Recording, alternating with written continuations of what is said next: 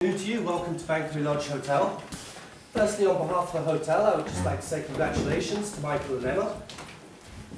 And to start with this afternoon's ceremonies, I'd like to introduce the first speaker. I'm sure I don't need to introduce Emma's father to you, so I give you Mr. Richard Usher.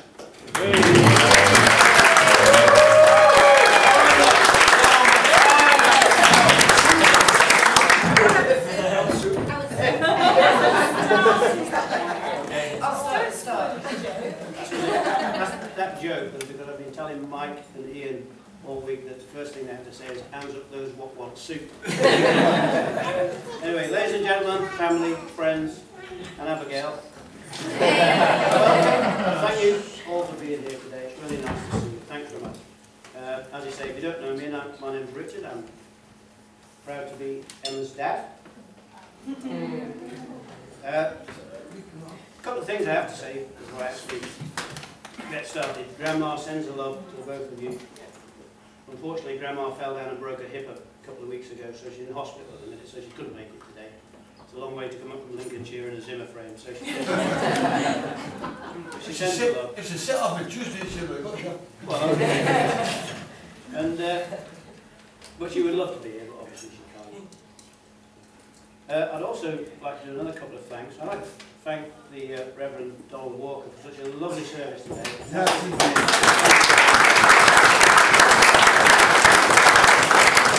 Really enjoyable and nice.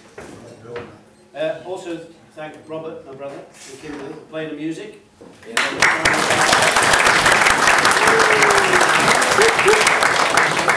the last thing I'd like to let you all know is that we have to do a little bit of singing now, because today Ian, this is his 20th birthday.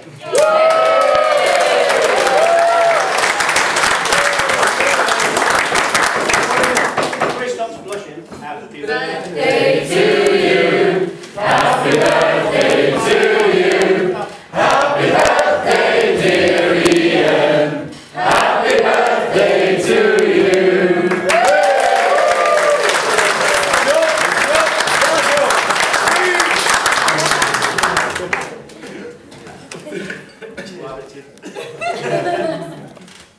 As you can see, looking at Emma, the first thing I want to say is, looking at Emma, see how beautiful she looks. It's obvious where she gets her looks from. Oh. And I'm not brave enough to stop that sentence there, and I'll say, her mother. So, I've got the pleasure of making the first speech, which can go one or two ways, because I haven't got a clue what Mike's going to say about me, so I can't get my own back. So it's already dealt with. Whatever he said, it's probably true anyway, just believe it. And this is, I remember at least a year ago, Mike said I went to Prague on holiday. And the last thing I said to him was, keep away from that cheap European beer. Because you don't know what will come out of your mouth when you're in Prague and you're drinking that. And he come back and he said, I proposed to Emma. Very pleased I was to hear it. Excellent one. So this is where Emma starts cringing a little bit. Because I can tell a few stories about Emma, but not a lot. You know, I mean, I've watched her growing up, and you know, the usual thing, she's been crawling around the carpet and being sick. And that was her 18th birthday. Don't you think always stick in your mind, you know? So, you know, we found out earlier on she's an entrepreneur. I remember, we're in the army. We're in the army and moving all around the country. And I was in Germany, and the NAFI is a sort of equivalent to a Woolworths store, like, you know, whatever. And we were in there one day, and Trisha's paying for the goods, and I stood, as you do, is the board there with all the signs for sale on, and I'm looking up and down, and I saw this sign, and it said, if you are going on holiday and you have any pets you would like someone to look after, please call this number. And I read it twice, and I thought, hang on, that's my number. So Emma set herself up when she was 12, in business, looking after pets. And all I can ever remember was we had a smelly dog for 2 weeks, which scared the place out, and a hamster which escaped. We actually captured it the day before the people got back, running around the house for 2 weeks. In fact, we remember going on holiday to Italy, another thing we often laugh about, don't we? And I gave the 3 girls each an equal amount of spending money. So Vanessa comes back with nothing. And Charlotte comes back with nothing. And Emma comes back with more than she went with. So I think she's really looked after the pennies. That's my goal. It's our money she took.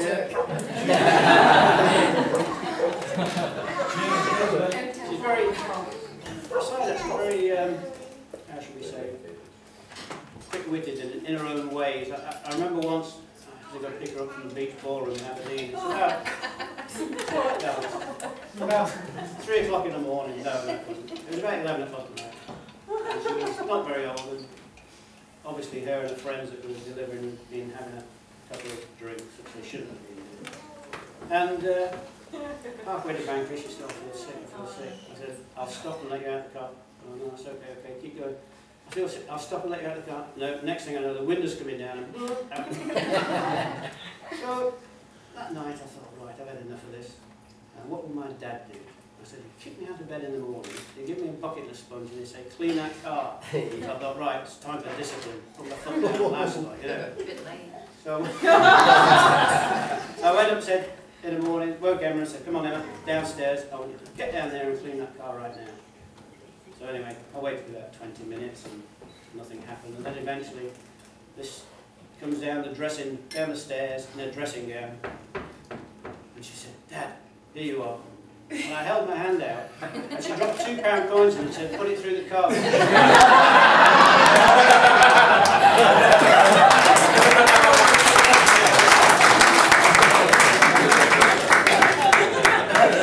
anyway, eventually left school and sobered up. She decided to work in the travel business for a while, and she was working as a travel agent. And meanwhile, her elder sister, Vanessa, had gone to America, was working out in America on cruise ships going around the Bahamas. So Emma thinks, that's for me. So off she went for a couple of years to America as well. So we had her out in America for a while, and even Charlotte went out there for a holiday. All 3 of them were away, and it was absolutely bliss. Anyone who's got 3 daughters will know what it's like when they're all away. It's absolutely fantastic. Well, they all came back.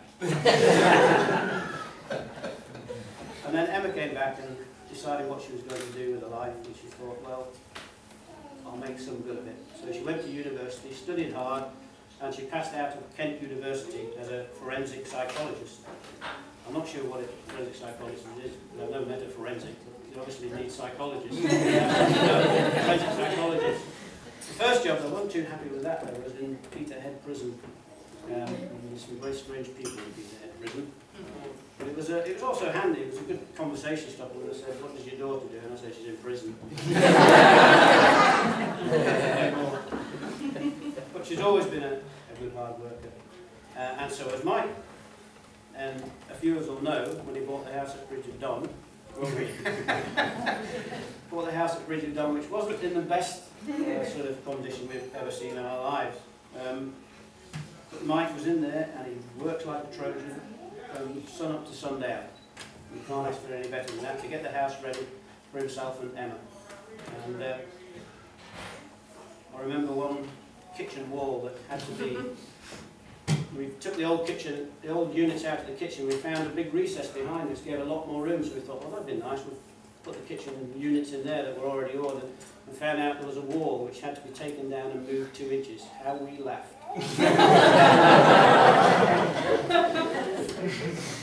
So the girls always coming back for the wall. Well, I had a daughter, my brother, by the way, I'll tell you this now, has got 4 boys and a girl. But I had a daughter, I don't know how this works, I had a daughter, a daughter, a daughter, a granddaughter, and then...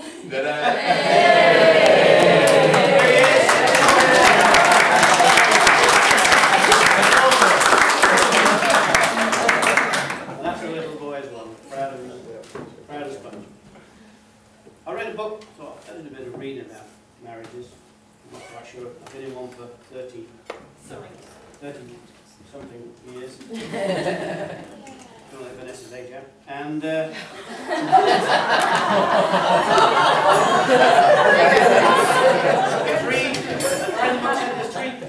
3 key elements to a marriage. And I said the first one is the aisle, which is the longest walk you've taken in your life. The second one was the altar, two people become one. And the third one was the hymn, which you celebrate the marriage. And I think Emma must have been reading the same book. She's been walking around mumbling, "I'll alter him."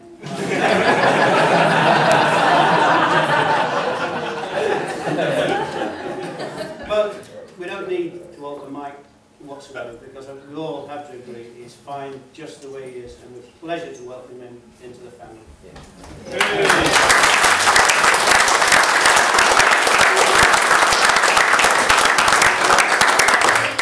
The philosopher once said, "A man who gives in when he is wrong is a wise man. A man who gives in when he is right is probably married." Ladies and gentlemen, will you all be upstanding?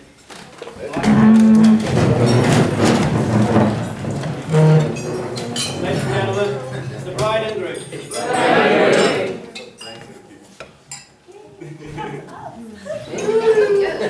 And now I'll sit down, because I know Mike is just itching.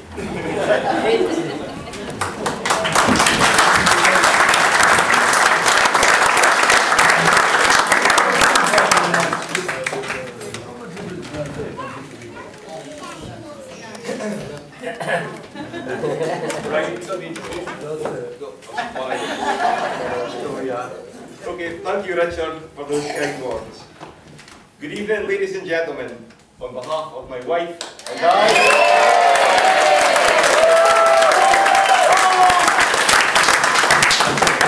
just like to Let's do that again. on behalf of my wife and I would just like to thank everyone for coming along here today. I know many of you have travelled quite a distance, so thank you very much for making the effort to be here. Emma and I would also like to take this opportunity to thank every single one of you for your wonderful gifts. We've been overwhelmed by your kindness. And by God, I've got a good bonus next year to John Lewis. Now I'd like to thank my mum and dad, John and Elma, for all the love and support they've given me over the years. And Mum, you can stop pinching yourself now. It is happening. I am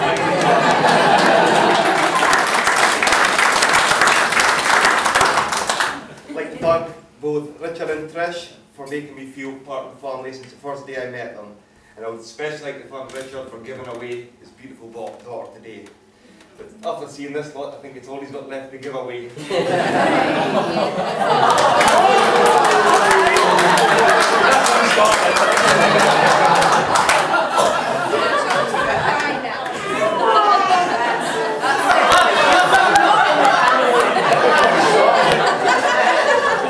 Just 3. Maybe still with us, mate. Oh dear. No, really.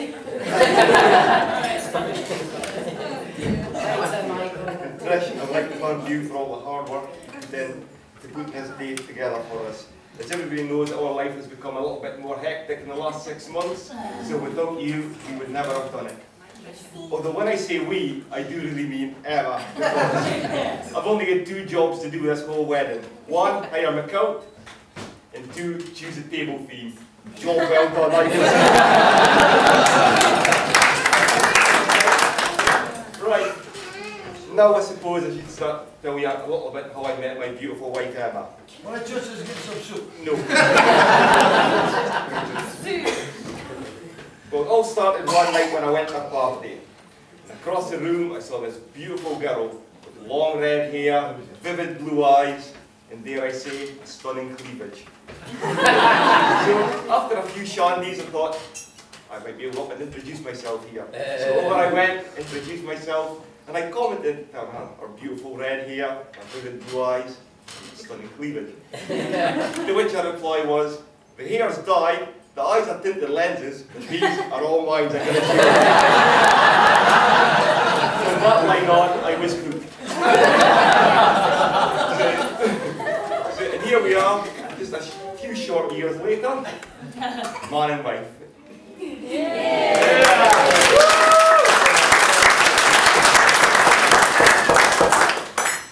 And Emma, I would just like to say, today you look absolutely beautiful.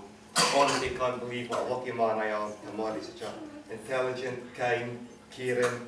The list does go on, but I'm a bit of trouble reading your handwriting.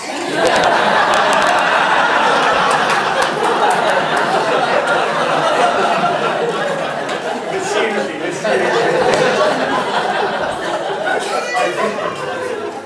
I honestly could not have asked for a better wife, friend for myself, or a better mother for Joseph. So I do speak from both of us when we say we love you from the bottom of our hearts.